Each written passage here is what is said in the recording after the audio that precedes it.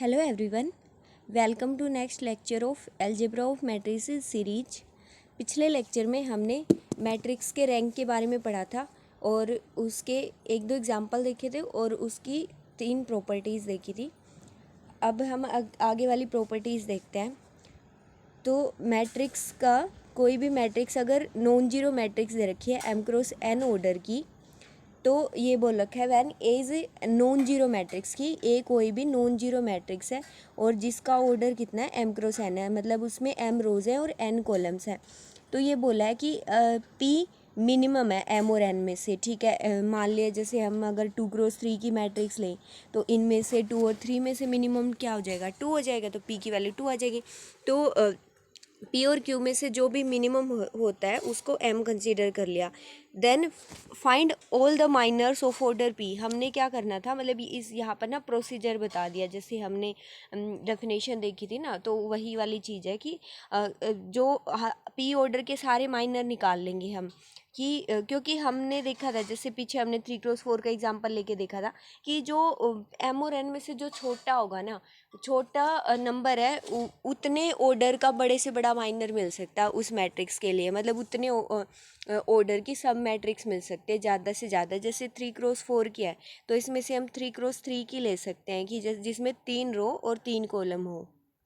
3 रो और 3 कॉलम लेकर ज़्यादा से ज़्यादा इसकी जो सब मैट्रिक्स होती थी वो 3 क्रॉस 3 की बन सकती थी जैसे कि। तो इसी तरीके से जो एम और एन में से जो छोटा नंबर होगा ज़्यादा से ज़्यादा उतने ऑर्डर की सब मैट्रिक्स बना सकते हैं हम इसकी, जिसका हम डिटर्मिनेंट निकाल सकते हैं। मतलब सब मैट्रिक्स तो बना सकते हैं और भी, लेकिन डिटर्मिनेंट जिसका निकाल सकते हैं, क्योंकि स्क्वायर मैट्रिक्स होनी चाहिए डिटर्मिनेंट के लिए। तो इसीलिए बोल रखा है कि पी ऑर्डर के सारे माइनर निकाल लेंगे, क्योंकि ज़्यादा से ज़्यादा पॉसिबल वैल्यू क्या हो सकती है रैंक की, वो पी हो सकती है। तो अब हम फिर देखेंगे पी के जो ऑर्डर के जो माइनर्स हैं, अगर कोई भी एक माइनर नॉन जीरो आ गया, if any minor of order P is non zero then rank of matrix is P. तो पी का रैंक जो मैट्रिक्स का रैंक पी आ जाएगा। और अगर सारे माइनर पी ऑर्डर के क्या बन गए, जीरो बन गए, तो पी का रैंक है वो पी नहीं हो सकता।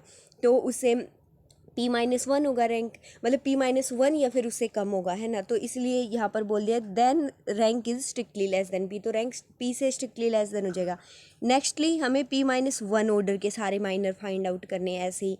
तो अगर कोई भी एक माइनर P-1 ऑर्डर का नॉन जीरो आ गया तो फिर हम बोल देंगे कि रैंक P-1 है। और सारे ऑर्डर P-1 के अगर सारे माइनर अगर 0 0 बन गए तो फिर ये बोल देंगे कि रैंक P-1 भी नहीं हो सकता, फिर P-2 के लिए चेक करेंगे, ऐसे ऐसे प्रोसीड करते जाएंगे।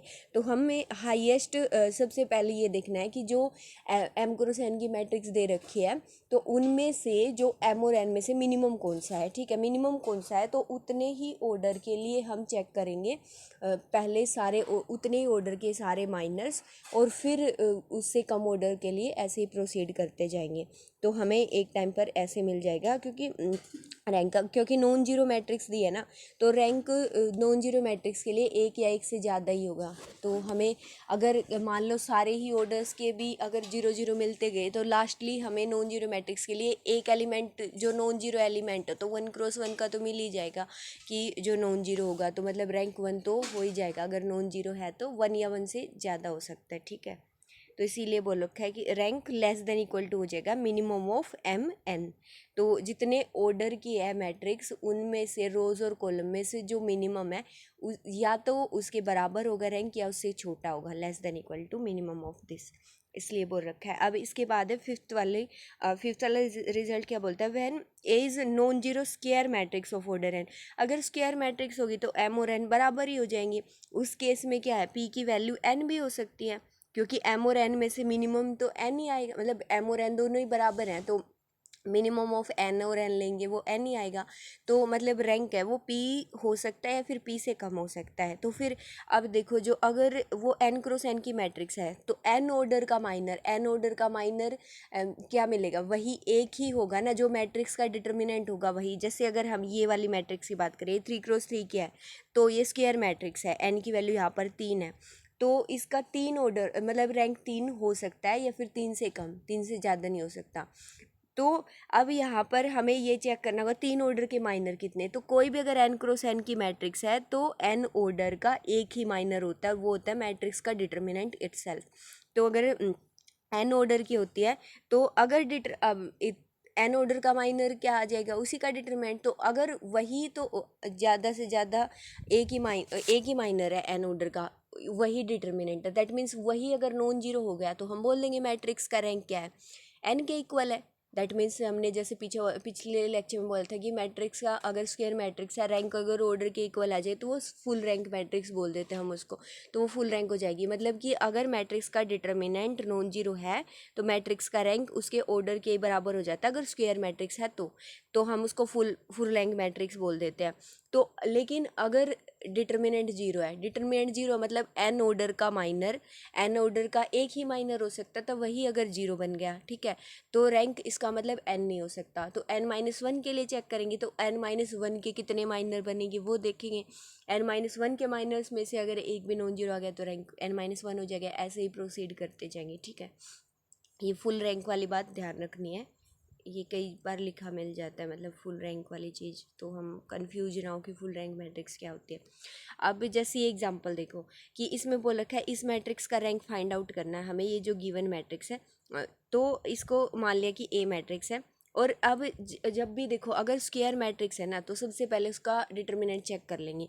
तो स्क्वायर मैट्रिक्स है 3x3 की, एन की वैल्यू यहाँ पर 3 है, तो इसका डिटर्मिनेंट चेक कर लिया हमने। अब जैसे मान लो मैंने R1 के अलोंग एक्सपेंड कर दिया, हम वही प्रेफर करते हैं जिसमें ज़्यादा जीरो है उस रो के या कॉलम के अलोंग एक्सपेंड कर देते हैं। मान लो R1 के अलोंग एक्सपेंड कर दिया, तो यहाँ से डिटरमिनेंट क्या आएगा, जीरो इंटू समथिंग, कुछ भी आए तो जीरो ही बनेगा, माइनस ये जीरो, ये प्लस साइन के साथ, और फिर ये माइनस साइन के साथ आती है, फिर ये वाला प्लस साइन के साथ आता है ना। तो ये वाली जीरो इंटू समथिंग जीरो ही बनेगा यहाँ पर भी। फिर आएगा प्लस वन इंटू ये वाला वन, जिस रो और कॉलम में है उसको छोड़कर, तो ये सब मैट्रिक्स जो बच गई, इसका डिटरमिनेंट बनेगा जीरो माइनस के टू। तो यहाँ से हमारे पास क्या बनेगा, माइनस के टू आ जाएगा, वन इंटू माइनस टू, तो माइनस टू आ गया। That means determinant minus two है, यानी डिटर्मिनेंट नॉन जीरो है। तो ए का अगर डिटर्मिनेंट नॉन जीरो है तो इसका मतलब ए मैट्रिक्स का रैंक कितना है, उसके ऑर्डर के बराबर है, क्योंकि ए स्क्वायर मैट्रिक्स थी। तो ए का जो रैंक है वो 3 आ गया। That means A is a full rank matrix, ठीक है।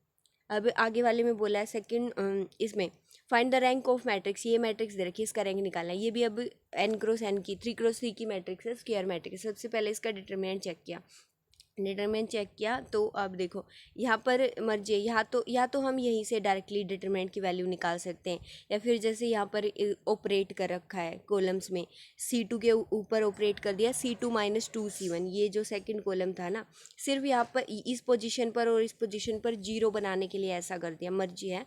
हम यहीं से भी एक्सपेंड करके डिटरमिनेंट निकाल सकते हैं डायरेक्टली, क्योंकि हमें पता है कि जब हम ये एलिमेंट्री ऑपरेशन अप्लाई करते हैं ना, ये वाला ये थर्ड, जो 3 टाइप के एलिमेंट्री ऑपरेशन होते थे, ये वाला थर्ड टाइप का एलिमेंट्री ऑपरेशन है।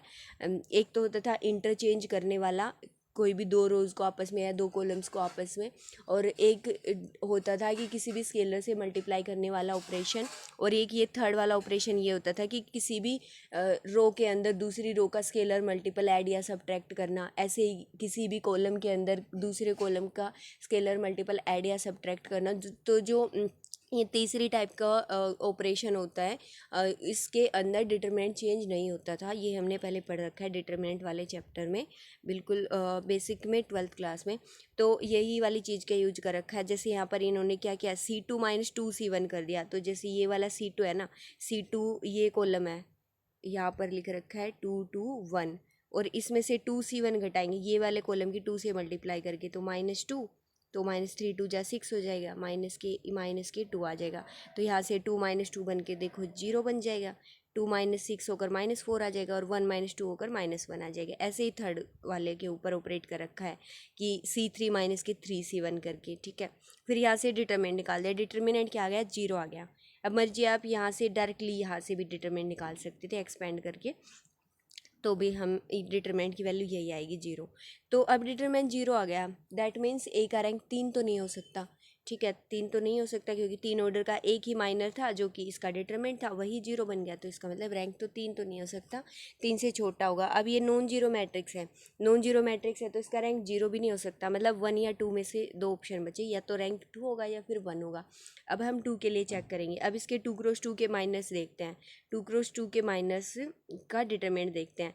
जैसे हमने मान लिया, हमें कोई भी एग्जिस्टेंस की बात है कि अगर एक भी माइनर 2x2 का ऐसा मिल गया जो नॉन जीरो है तो भी हमारी मैट्रिक्स का रैंक 2 हो जाएगा, ठीक है। तो क्योंकि हमें ये नहीं शो करना कि सारे ही माइनर नॉन जीरो होने चाहिए 2 ऑर्डर के, अगर 2 क्लेम किया रैंक को। तो जैसे ये वाला माइनर उठा लिया, मान लो ये वाला माइनर उठा लिया, ये डिटरमिनेंट मतलब थर्ड रो थर्ड कॉलम को डिलीट करके, तो ये है 1 2 3 2, ठीक है। इसका डिटरमिनेंट निकाला हमने, तो इसका डिटरमिनेंट निकाला तो यहाँ से क्या बनेगा 2 माइनस के 6 कितना आ गया माइनस के 4, जो कि नॉन जीरो है। तो इसका मतलब हमें मैट्रिक्स का एक 2 ऑर्डर का एक माइनर ऐसा मिल गया जिसका डिटरमिनेंट नॉन जीरो है, दैट मीन्स गिवन मैट्रिक्स का रैंक कितना है 2 है।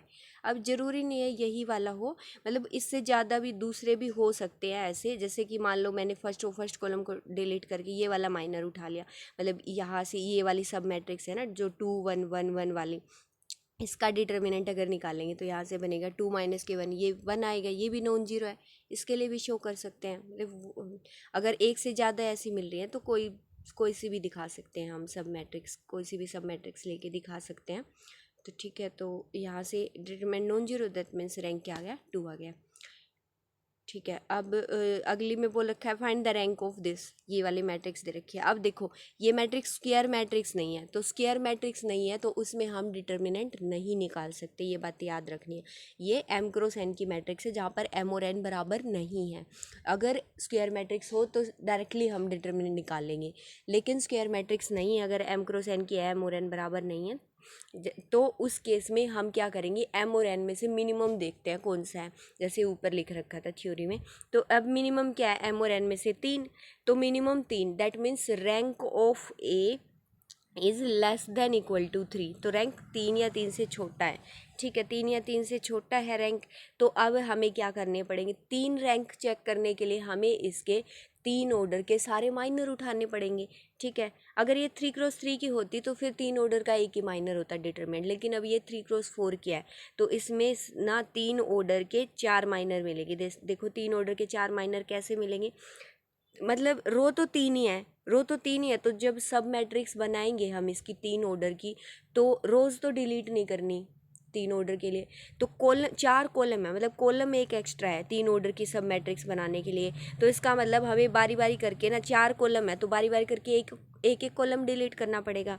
जैसे कि मैंने पहले पहला कॉलम डिलीट किया तो ये एक सब मैट्रिक्स बन गई ना, पहले 3 को ये तीनों रो और ये पहले 3 कॉलम लेकर ये वाली, इसका डिटर्मिनेंट चेक करेंगे। फिर इसके बाद मान लो मैंने सेकंड कॉलम को डिलीट कर दिया, अब फर्स्ट सेकंड और थर्ड कॉलम को लेकर और ये तीनों रोज़ जो दे रखी इनको लेकर एक सब मैट्रिक्स बन गई, उसका डिटरमिनेंट चेक करेंगे। ऐसे ही फिर थर्ड के बाद सेकंड रो को डिलीट करके फिर ये जो फर्स्ट थर्ड और फोर्थ को लेकर जो मैट्रिक्स बनेगी सब मैट्रिक्स, उसका डिटरमिनेंट।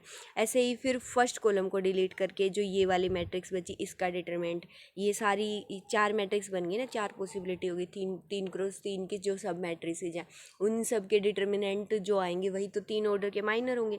तो यही लिख दिया इसने, बार बार एक एक कॉलम को डिलीट करके 4 पॉसिबिलिटी लिख दी, 3 ऑर्डर के चारों माइनर लिख दिए, इन डिटर्मिनेंट्स की जो वैल्यू होंगी वो माइनर आएंगी। अब इनमें से अगर एक भी डिटर्मिनेंट नॉन जीरो आ गया तो मैट्रिक्स का रैंक 3 हो जाएगा, ठीक है। तो अब यहाँ से मैट्रिक्स का हम जैसे ये वाले हैं, ये वाले का डिटर्मिनेंट निकाल के देखते हैं। ये वाले का डिटर्मिनेंट निकालने के लिए मैंने इस वाली मैट्रिक्स को क्या किया, R1 से एक्सपेंड किया, जैसे 1 इंटू, अब R1 से एक्सपेंड करने के लिए 1 इंटू में इस रो और कॉलम को छोड़ेंगे, सब मैट्रिक्स जो ये वाली बनी है इसका डिटर्मिनेंट निकालेंगे, तो 4 माइनस के 4, ठीक है। अब यहाँ से क्या बनेगा माइनस के 2, ये -2 और -2 के साथ इस रो जिस कॉलम में है और जिस रो में है उसको डिलीट करेंगे, तो ये वाली जो सब मैट्रिक्स बची है इसका डिटरमिनेंट कितना बनेगा 1 इंटू 2, यहाँ से बनेगा 2 माइनस 2 इंटू 1 2, ठीक है। देखो यहाँ से तो 0 0 बन रहा है दोनों केसेज में। अब थर्ड वाला ये देखो 0, ये तो 0 ही है, प्लस 0 इंटू समथिंग आएगा, ये वो तो कुछ भी आए। तो देखो यहाँ से भी 4 माइनस 4 0, माइनस के 2 इंटू 0 प्लस के 0, मतलब इस मैट्रिक्स का तो डिटरमिनेंट क्या आ गया 0 बन गया। ये जो सब मैट्रिक्स हमने ली थी मतलब ये वाला माइनर तो 0 बन गया। अब ऐसे ही आप ये वाला माइनर भी चेक कर सकते हैं, ये वाला भी चेक कर सकते हैं। ये वाला जो है ना थर्ड केस वाला, ये माइनर है ना, ये नॉन जीरो बनेगा। इस वजह से बोला है the third row is twice of the second. देखो ये बोल रखा है इन ईच केस, नहीं इसमें इस वाले में भी जीरो बनेगा। हर एक केस में देखो third row is twice of the second row. देखो ये सारी जो सब मैट्रिसेज है ना, इसमें थर्ड रो, इसकी थर्ड रो देखो, इसकी सेकेंड रो का ना 2 गुना है। जैसे इसको मैं 2 से मल्टीप्लाई कर दूँ, क्या बनेगा, 2 4 2, R3 के इक्वल आ जाएगा। जैसे ये वाली मैट्रिक्स और ये वाली रो है और ये वाली रो है इस सब मैट्रिक्स में, तो ये जो R3 है ना, अगर R2 को मैं 2 से मल्टीप्लाई कर दूँ, क्या बनेगी, 2 4 6, ये R3 के बराबर बन जाएगी।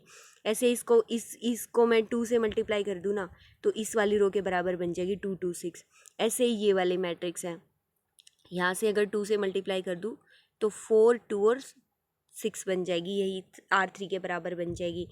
तो ये वाली बहुत अच्छी रिजल्ट्स हैं ये डिटर्मिनेंट के, जो हमने यहाँ से सिर्फ ये वाली चीज़ नोट करके ये बता दिया। क्योंकि देखो सारी सब मैट्रिसेज में एक तो यही तरीका है, एक तो कि हम इन चारों का डिटर्मिनेंट निकाल के देख ले, जैसे अभी हमने पहले का निकाल कर देखा था, तो वहाँ से बोल दे। या फिर अगर कुछ ऐसा है कि देखते ही मतलब कोई एक रो या रो दूसरी रो की मल्टीपल बन रही है, या फिर एक कॉलम दूसरे कॉलम का मल्टीपल बन रहा है, या फिर ऐसा हो रहा है कि किसी भी एक 2 रो आइडेंटिकल है या 2 कॉलम आइडेंटिकल है, तो या फिर कोई एक रो कम्प्लीटली जीरो है या फिर कोई एक कॉलम कम्प्लीटली जीरो है, तो ये वाले रिजल्ट्स सारे रिजल्ट्स ये देते थे कि डिटर्मिनेंट जीरो है। तो अगर हमने वहाँ से कुछ कनेक्ट हो जाए तो और भी आसान हो जाए डिटर्मिनेंट निकालना, है ना। तो यहाँ से जैसे सारी मैट्रिसेज में ये वाला रिजल्ट यूज हो गया कि R3 है, R2 है, उसका 2 टाइम्स मल्टीपल R3 है, तो सारी सब मैट्रिसेज ये चारों का डिटर्मिनेंट जीरो हो गया। तो फिर यहाँ से ये बन गया कि जो 3 ऑर्डर के सारे सब सारे जो माइनर्स थे उनका वो उनकी वैल्यू जीरो आ गई, उनकी वैल्यू जीरो आ गई, मतलब रैंक 3 भी नहीं हो सकता। तो रैंक 3 से स्ट्रिक्टली छोटा होगा, ठीक है। अब 3 से छोटा होगा तो उसके अंदर अब हमें 2x2 के माइनर देखने पड़ेंगे। जैसे 2x2 के माइनस में अब मान लो जैसे मैंने यही वाला उठा लिया, 2x2 का माइनर है ये, इसका डिटर्मिनेंट देखते हैं। इसका डिटर्मिनेंट क्या आएगा, इस 1 इंटू 2 2 माइनस 2 इंटू 2 2, ये वाला तो जीरो बन गया, ठीक है। अब जैसे ये वाला है, ये वाला माइनर उठा लिया, ये वाला मतलब इस कॉलम और इस रो को डिलीट कर दिया, C1 C4 और R3 को डिलीट करके जो हमें ये वाला जो मिला ना 2 0 2 1, इसका डिटरमिनेंट देखो, इसका डिटरमिनेंट क्या बनेगा, 2 माइनस की 0 यानी कि 2 आएगा, जो कि नॉन जीरो है। ये नॉन जीरो है, दैट मीन्स हमें 2x2 का एक माइनर ऐसा मिल गया है जो कि नॉन जीरो है। इसका मतलब हमारी गिवन मैट्रिक्स का रैंक कितना है, rank of A is equal to 2, ठीक है, यही आंसर है। इसका रैंक 2 हो गया। अगर ये 2 वाले भी सारे हो जाते जीरो तो फिर रैंक 1 ही बचता, ठीक है। Find the rank of the matrix, ऐसे ही ये वाली दे रखी है, आगे वाली सेम इसी तरीके से है। इसमें भी 3x4 की मैट्रिक्स दे रखी है। पहले 3x3 के माइनस चेक करेंगे, फिर उनके लिए डिटरमिनेंट की वैल्यू, जैसे 3x3 का यहाँ पर एक माइनर है ना, वो नॉन जीरो मिल गया, तो इसलिए यहाँ पर बोल दिया कि रैंक कितना है, 3 है। अब इससे आगे वाला है, show that no skew symmetric matrix can be of rank 1। ये बहुत ही इम्पोर्टेंट रिजल्ट है कि कोई भी स्क्यू सिमेट्रिक मैट्रिक्स है उसका रैंक 1 नहीं हो सकता। देखो अब स्क्यू सिमेट्रिक मैट्रिक्स बनाने के लिए जनरल कोई भी मैट्रिक्स उठा ली, देखो 4x4 की ले ली। अब यहाँ पर इसने ऑर्डर की बात नहीं करी थी, तो हमने 4x4 की उठा ली कि 4x4 के लिए ना आसानी से हमें विजुअलाइज भी हो जाएगा, और कैलकुलेशन भी 4x4 से ज़्यादा के लिए तो और ज़्यादा टफ हो जाएंगी। तो 4x4 के लिए इसलिए उठा लिया। अब बिल्कुल जैसे 2x2 की लेंगे तो वो तो बिल्कुल ही छोटी सी हो जाएगी, 4 ही एलिमेंट हो जाएंगे उसमें, तो उसमें हमें इतना सही से प्रूफ नहीं मतलब विजुअलाइज नहीं हो पाएगा अपना जो प्रूफ है। तो अब स्क्यू सिमेट्रिक मैट्रिक्स की डेफिनेशन याद करो। स्क्यू सिमेट्रिक मैट्रिक्स में हमने ये रिजल्ट निकाला था, प्रूव भी किया था कि स्क्यू सिमेट्रिक मैट्रिक्स की सारी डायगोनल एंट्रीज क्या होती है, 0 0 होती है। जीरो जीरो हो गई सारी की सारी डायगोनल एंट्री स्क्यू सिमेट्रिक की लिख दी जीरो जीरो ये वाला। अब 4x4 के लिए तो जैसे ऊपर यहाँ पर कुछ भी एंट्री लिख दिया हमने, रैंडम मान लिया HGL कुछ भी, आप A1 A2 A3 कुछ भी मान सकते हो।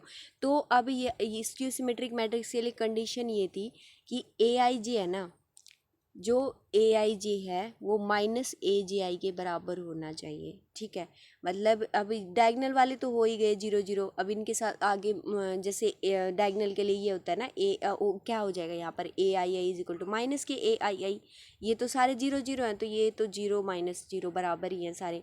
अब ऊपर नीचे वालों के लिए है कि जो डायगनल के जैसे ये वाला एलिमेंट है, ये A12 वाला एलिमेंट है ना, ये -A21 के इक्वल होगा। तो जैसे ये वाला एलिमेंट देखो, ये एक दूसरे के अपोजिट दे रखे हैं, और ये वाला एलिमेंट है जैसे A13 है A31, देखो अपोजिट लिख दिया, मतलब यहाँ पर जो भी लिखा यहाँ पर उसका नेगेटिव लिख दिया, यहाँ पर जो भी लिखा यहाँ पर उसका नेगेटिव लिख दिया, 1 3 और 3 1। ऐसे ही क्या बनेगा यहाँ से, अब 2 3 और 3 2, देखो 2 3 और 3 2 एक दूसरे के अपोजिट हैं, 2 4 और 4 2, देखो 4 2 यहाँ पर ये माइनस है मोर एम। ठीक है, ऐसे ही लिख दिए ये वाला 3 4 और 4 3। अब हमने ये वाली जनरल स्क्यू सिमेट्रिक मैट्रिक्स मानी है। अब जो HKMN जो भी लिए ये सारे, अगर ये सारे जीरो बन गए, जो भी हमने ये देखो ये ऊपर, अब क्योंकि ये वाले जीरो है, अब ये जो नीचे वाले हैं ना ये तो अब डायगोनल के ऊपर वालों का जस्ट नेगेटिव है। तो अगर यहाँ पर ना ये वाले जो एलिमेंट है, मतलब ये अगर पता चल जाए तो नीचे वाले अपने आप पता चल जाएंगे, डायगोनल के नीचे वाले ऊपर वाले पता चल गए, या फिर ये बोल दो नीचे वाले पता चल जाए तो ऊपर वाले पता चल जाएंगे। ठीक है, तो अब ये बोल दिया कि अगर ना इनमें से ना ये, अगर ये सारे के सारे जीरो हो गए, अगर ये सारे जीरो हो गए तो ये वाली एंट्रीज हो गई जीरो, तो इनके जो नेगेटिव नीचे लिखे हैं ये भी जीरो, सारे जीरो हो गए भाई, डायगोनल वाले भी जीरो थे तो मैट्रिक्स ही जीरो बन गई। मैट्रिक्स जीरो बन गई तो रैंक जीरो ही हो जाएगा। ठीक है, अब रैंक जीरो हो गया मतलब 1 तो नहीं हुआ इस केस में भी, अगर ये सारे जीरो बन गए तो। अब मान लिया कि इनमें से कम एक को क्या है, नॉट इक्वल टू जीरो है। ठीक है, क्योंकि जीरो के लिए तो हमने देख लिया, तो कम से कम एक के लिए मान लिया कि H है, कंसीडर कर लिया वो नॉट जीरो है, कोई भी मान सकते हो आप, HGFMNL इनमें से कोई भी। ठीक है, तो हमने मान लिया कि H नॉन जीरो है, तो अगर H नॉन जीरो है तो हमें क्या मिल जाएगा, कम से कम एक दो रो का ऐसा माइनर मिल जाएगा जिसका डिटरमिनेंट नॉन जीरो बनेगा। कैसे, जैसे कि अगर ये वाला मानना है H को नॉन जीरो मानना है, तो अब यहाँ से हमें क्योंकि देखो अब ये 4x4 क्या है, तो रैंक हम ऐसे करते आएंगे ना, 4 या फिर 3 या फिर 2 या फिर 1 ऐसे करके, और अगर नॉन जीरो ले लिया तो रैंक जीरो तो हो नहीं सकता इस केस में, मतलब 4 3 2 1 ऐसे हो सकता है। तो अब यहाँ पर क्या है 2x2 का, जैसे अगर H को नॉन जीरो लिया है तो ये वाला जो माइनर होगा ना 2x2 का, इसकी वैल्यू कितनी आएगी, जीरो, और माइनस माइनस प्लस का क्या बन जाएगा H इंटू H, तो प्लस का H स्क्वायर, तो H स्क्वायर वैल्यू आ जाएगी, H स्क्वायर वैल्यू, और H नॉन जीरो तो H स्क्वायर भी नॉन जीरो हो जाएगा, तो ये वैल्यू क्या बन गई, नॉन जीरो बन गई ना, मतलब 2x2 का एक माइनर है वो वाला, ये हमें क्या मिल गया, नॉन जीरो मिल गया। इसका मतलब रैंक क्या होगा, 2 या 2 से बड़ा होगा, क्योंकि अगर हमें ये मिला है ना यहाँ पर 2x2 वाला ये नॉन जीरो मिला है। अब ऐसा भी तो हो सकता है नहीं ये 2x2 वाला नॉन जीरो है, मान लो कि जैसे हमने ये माना था ये 2x2 वाला नॉन जीरो, अब मान लो यहाँ पर ये 3x3 वाला अगर हम ले, ये भी क्या पता अगर नॉन जीरो मिल जाए, तो 3 भी तो हो सकता है रैंक। ठीक है, तो इसलिए बोला है कि रैंक 2 या 2 से बड़ा होगा। ठीक है, अब और अगर 2 से बड़े वाले दो ऑर्डर वाले सारे माइनर हुए अगर जीरो, तो रैंक एग्जैक्टली 2 हो जाएगा। तो या तो 2 होगा या 2 से बड़ा होगा, तो इसका मतलब 1 नहीं होगा इस केस में भी, है ना। तो अगर एक भी इन जो आर्बिट्रेरी एलिमेंट हमने माने थे इस स्क्यू सिमेट्रिक मैट्रिक्स के, उनमें से अगर एक भी नॉन जीरो हो गया तो भी मैट्रिक्स का रैंक है ना वो ग्रेटर देन इक्वल टू 2 हो जाएगा, मतलब 1 तो नहीं होगा किसी भी केस में। तो अगर कोई भी मैट्रिक्स स्क्यू सिमेट्रिक मैट्रिक्स है और जीरो हो गई तो रैंक हमेशा जीरो ही हो जाएगा। ठीक है, और अगर नॉन जीरो भी हुई तो भी रैंक 1 नहीं हो सकता कभी भी, ठीक है। तो इस यहाँ से हमें क्या कंक्लूजन मिला कि जो स्क्यू सिमेट्रिक मैट्रिक्स है उसका रैंक कभी भी 1 नहीं हो सकता। ठीक है, ये याद रखना है। अब जैसे अगर ये मानो कि अगर हम ये सोचे कि मैट्रिक्स ही अगर 1x1 की हुई, 1x1 की ही हुई तो ठीक है, 1x1 की देख लो, 1x1 की हुई तो हमें क्या करना पड़ेगा, एक ही मतलब 1x1, एक रो एक कॉलम, मतलब एक एलिमेंट लेना पड़ेगा। और यही वाला एलिमेंट क्या होगा, डायगोनल वाला एलिमेंट भी होगा 1 1 वाला। और हमें ये पता है स्क्यू सिमेट्रिक मैट्रिक्स के लिए तो डायगोनल वाले सारे जीरो होते हैं। तो 1x1 की स्क्यू सिमेट्रिक मैट्रिक्स ओनली यही मैट्रिक्स हो सकती है, जीरो मैट्रिक्स। ठीक है, तो इस केस में भी डिटर्मिनेंट ये 1x1 की जीरो मैट्रिक्स ही मिली ना, तो रैंक जीरो मिला। या फिर इसको ऐसे बोल दो कि ये स्क्वायर है, 1x1 की है, तो डिटर्मिनेंट क्या आ जाएगा, डिटर्मिनेंट की वैल्यू जीरो आ जाएगी, तो वहाँ से डिटर्मिनेंट जीरो आ गया, तो इसका मतलब रैंक 1 नहीं हो सकता है ना, तो रैंक जीरो हो जाएगा। यहाँ से भी बोल सकते हैं। तो स्क्यू सिमेट्रिक मैट्रिक्स का रैंक कभी भी 1 नहीं हो सकता। बिल्कुल ये बात आई थिंक अब याद रह जाएगी, बिल्कुल अच्छे से हमने इसको ऑब्ज़र्व करके क्लियरली इसको समझा है। तो अब इससे आगे वाला क्वेश्चन देखते हैं। आगे वाले में बोला है find the value of x so that rank of A is less than equal to 2 where this. ये वाला इम्पोर्टेंट है, देखो ये अलग टाइप का क्वेश्चन है थोड़ा। इसमें बोला है एक्स की वो वैल्यू बताओ जिसके लिए इस मैट्रिक्स का रैंक 2 या 2 से छोटा है। अब ये मैट्रिक्स देखो 3x3 की है, स्क्वायर मैट्रिक्स है, तो स्क्वायर मैट्रिक्स के लिए हम सीधा चेक करते थे डिटर्मिनेंट। तो अगर इसका रैंक 2 या 2 से छोटा है तो सीधी सी बात है इसका डिटर्मिनेंट क्या होगा, जीरो होगा। ठीक है, तो इसका डिटर्मिनेंट है इस, तो इसका मतलब हम ए के डिटर्मिनेंट को इक्वल टू जीरो पुट करेंगे, वहाँ से एक्स के ऊपर कंडीशन मिलेगी, वहाँ से हमें एक्स की वैल्यू मिलेगी। ठीक है, दिखा ऐसा रखा है पर सिंपल सा क्वेश्चन है। ठीक है, तो ए के डिटर्मिनेंट को इक्वल टू जीरो पुट कर दिया। ए के डिटर्मिनेंट की वैल्यू सोल्व करेंगे अब। जैसे कि अगर हमने इसको R1 से एक्सपेंड किया मान लो, ठीक है, R1 से एक्सपेंड किया तो ये वाला एलिमेंट इसके साथ प्लस साइन आएगा, इसके साथ माइनस और इसके साथ फिर से प्लस। तो देखो जैसे ये वाला एलिमेंट है 3x माइनस 8, यहाँ पर लिख दिया 3x माइनस 8, इनटू में क्या बनेगा, इस रो और कॉलम को छोड़कर ये सब मैट्रिक्स बची, इसका डिटरमिनेंट क्या बनेगा, इसकी इसके साथ मल्टीप्लाई, इसकी इसके साथ, तो 3x माइनस 8 का होल स्क्वायर माइनस 3 की 3 के साथ तो 9 हो गया। ठीक है, अब क्या हो जाएगा, सेकंड इस वाले एलिमेंट के साथ माइनस का साइन। ठीक है, तो माइनस के 3, यहाँ पर माइनस के 3 इंटू जिस रो और जिस कॉलम में है, तो इस रो और इस कॉलम में, तो अब ये जो सब मैट्रिक्स बची है 3 3 3 और 3x माइनस का 8, इसका डिटरमिनेंट है ना। तो इसका डिटरमिनेंट क्या बनेगा, यहाँ से बनेगा 3 इंटू, देखो 3 इंटू 3x माइनस का 8 माइनस 3 3 जा 9, यही लिख रखा है, प्लस के ऐसे ही जो ये जो लास्ट वाला बचा है ये 3 वाला, प्लस 3 इंटू जिस रो और कॉलम में उसको छोड़ेंगे, तो ये वाली सब मैट्रिक्स है, इसका डिटरमिनेंट 3 3 जा 9 माइनस 3 इंटू 3x माइनस 8।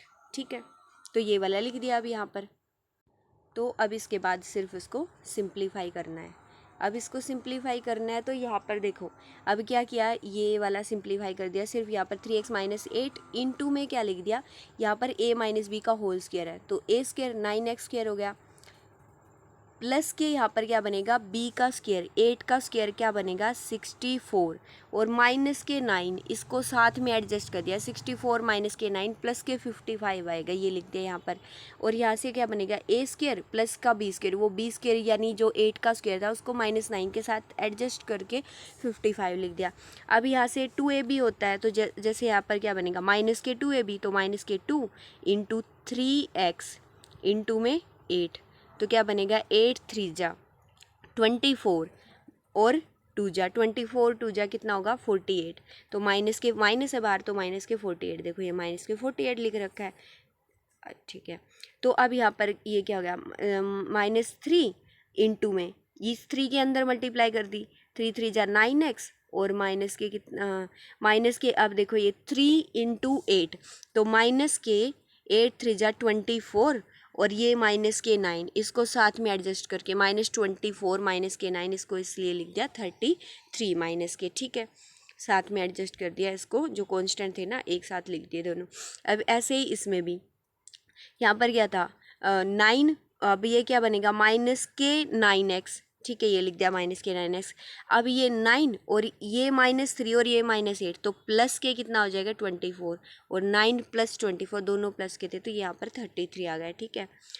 अब यहाँ से आगे क्या कर दिया है, 3x - 8 और दिस, ये वाली इक्वेशन के फैक्टर करती है आगे जाके, ठीक है। अब जो यहाँ से भी क्या कर दिया, यहाँ से 3 कॉमन निकाल दिया, तो बाहर 3 था तो 3 3 जा 9, तो 3x - 11 हो गया। अब इसमें से भी 3 कॉमन निकाल दिया तो 3 3 जा 9 हो गया, 11 माइनस के 3x हो गया, ठीक है। अब देखो 3x - 11 इसमें, 11 - 3x इसमें, और 3x - 11 इसमें, तो ओवरऑल हम क्या कर सकते हैं, 3x - 11 कॉमन निकाल सकते हैं। तो ये 3x - 8 तो यूं का यूं ये था यहाँ पर, ठीक है। अब 3x - 11 देखो, इसमें से 3x - 11 इन तीनों में से कॉमन निकाल लिया, तो 3x - 11 कॉमन निकाला, तो जो ये फर्स्ट वाली टर्म थी ना, इसमें क्या बचा 3x - 8 इंटू 3x - 5, ये लिख दिया।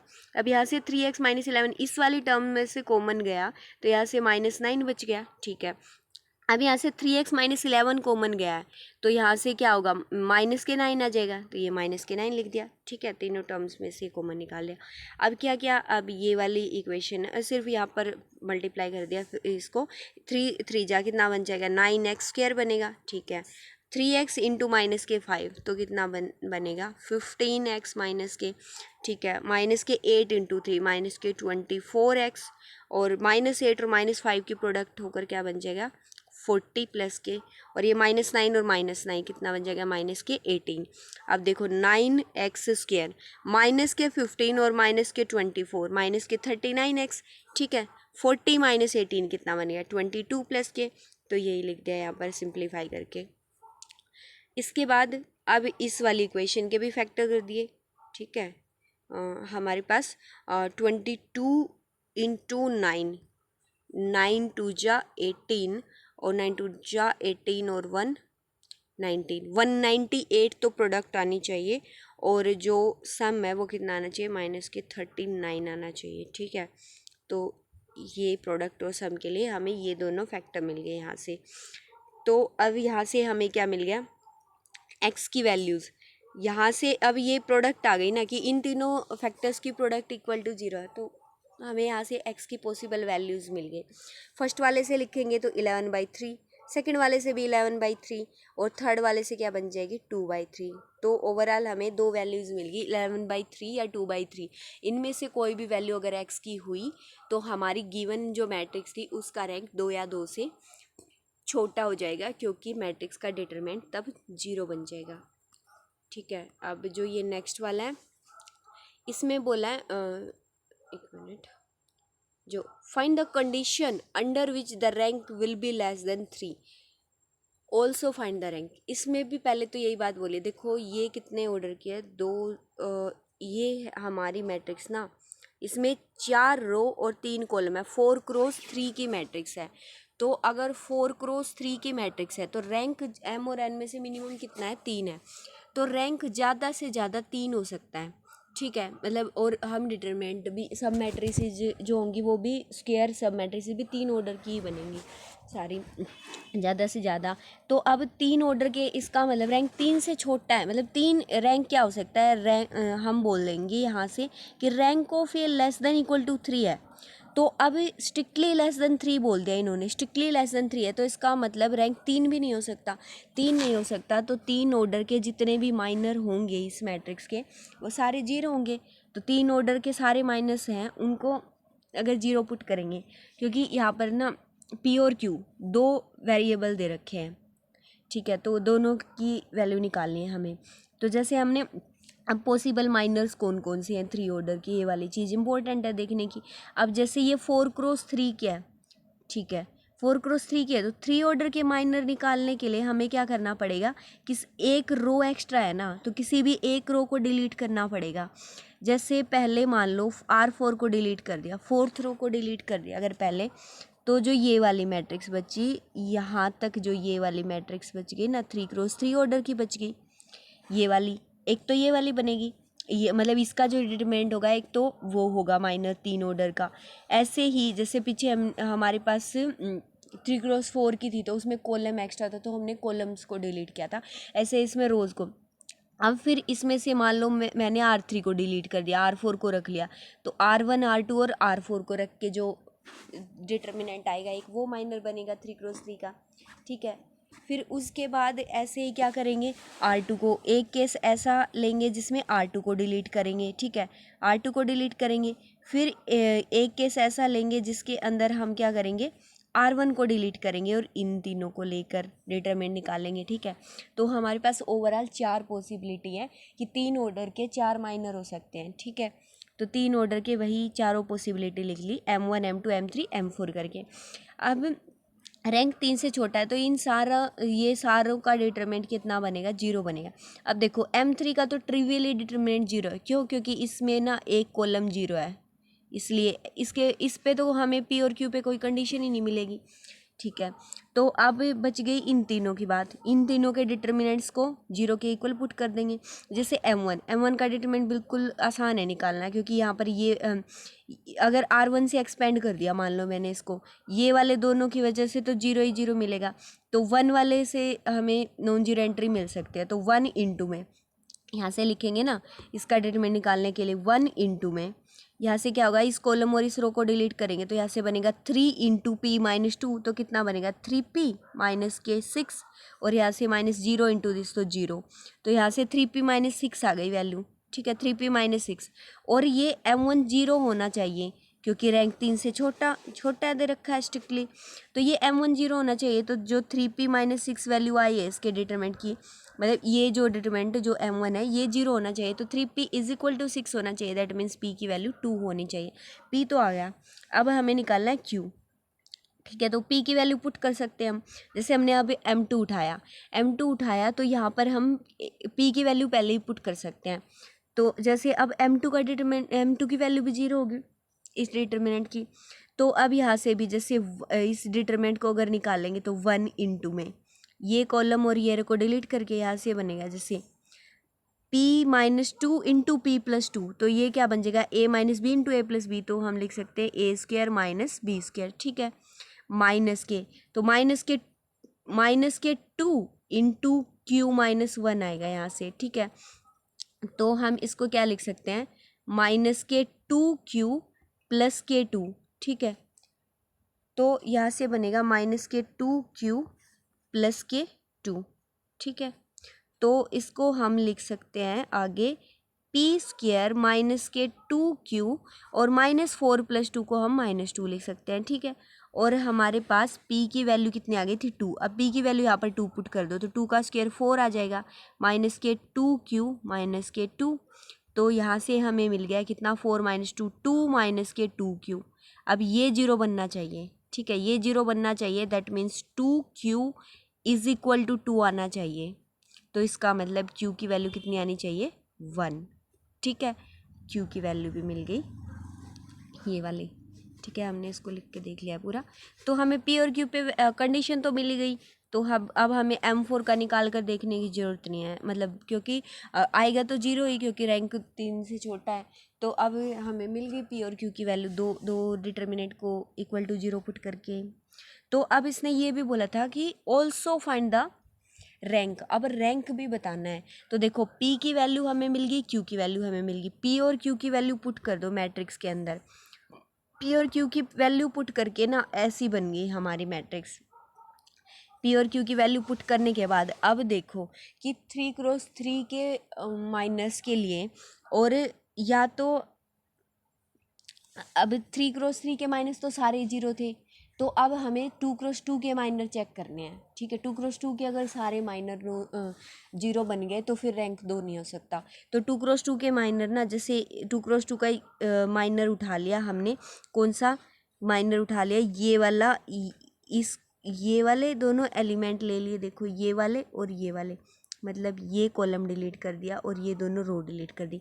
C2 R3 और R4 को डिलीट करके हमें जो सब मैट्रिक्स मिली ना, ये 1 0 0 2 वाली, इसका ये वाला डिटर्मिनेंट ये कितना आ गया 2 आ गया, नॉन जीरो, मतलब 2x2 का एक माइनर कितना मिल गया, नॉन जीरो मिल गया। तो मैट्रिक्स का रैंक कितना है 2 है, ठीक है। तो यहाँ तक इसके एग्जाम्पल्स थे, सोल्ड एग्जाम्पल्स। इसके बाद ये वाले कुछ क्वेश्चंस हैं, इसके जो ये फर्स्ट वाला क्वेश्चन है ये सारे एक बार आप ट्राई कर सकते हैं। इनमें से एक दो को हम नेक्स्ट लेक्चर में सोल्व करके देख लेंगे, ठीक है। आई होप आपको ये रैंक वाला कॉन्सेप्ट और इसके एग्जांपल्स और आज के लेक्चर में जो एक स्पेशल जो इम्पोर्टेंट क्वेश्चन था, जो सबसे इम्पोर्टेंट टाइप का था, वो कौन सा, स्क्यू सिमेट्रिक मैट्रिक्स का रैंक कभी भी 1 नहीं हो सकता, वो वाला बिल्कुल याद करना है, नोट डाउन करके रखना है। तो आई होप आपको ये सारे क्लियर हो गए होंगे अच्छे से। तो तब तक आप ये वाले नेक्स्ट ये चारों क्वेश्चन निकाल कर देख सकते हैं। तो मिलते हैं नेक्स्ट लेक्चर में। Thank you, all the very best.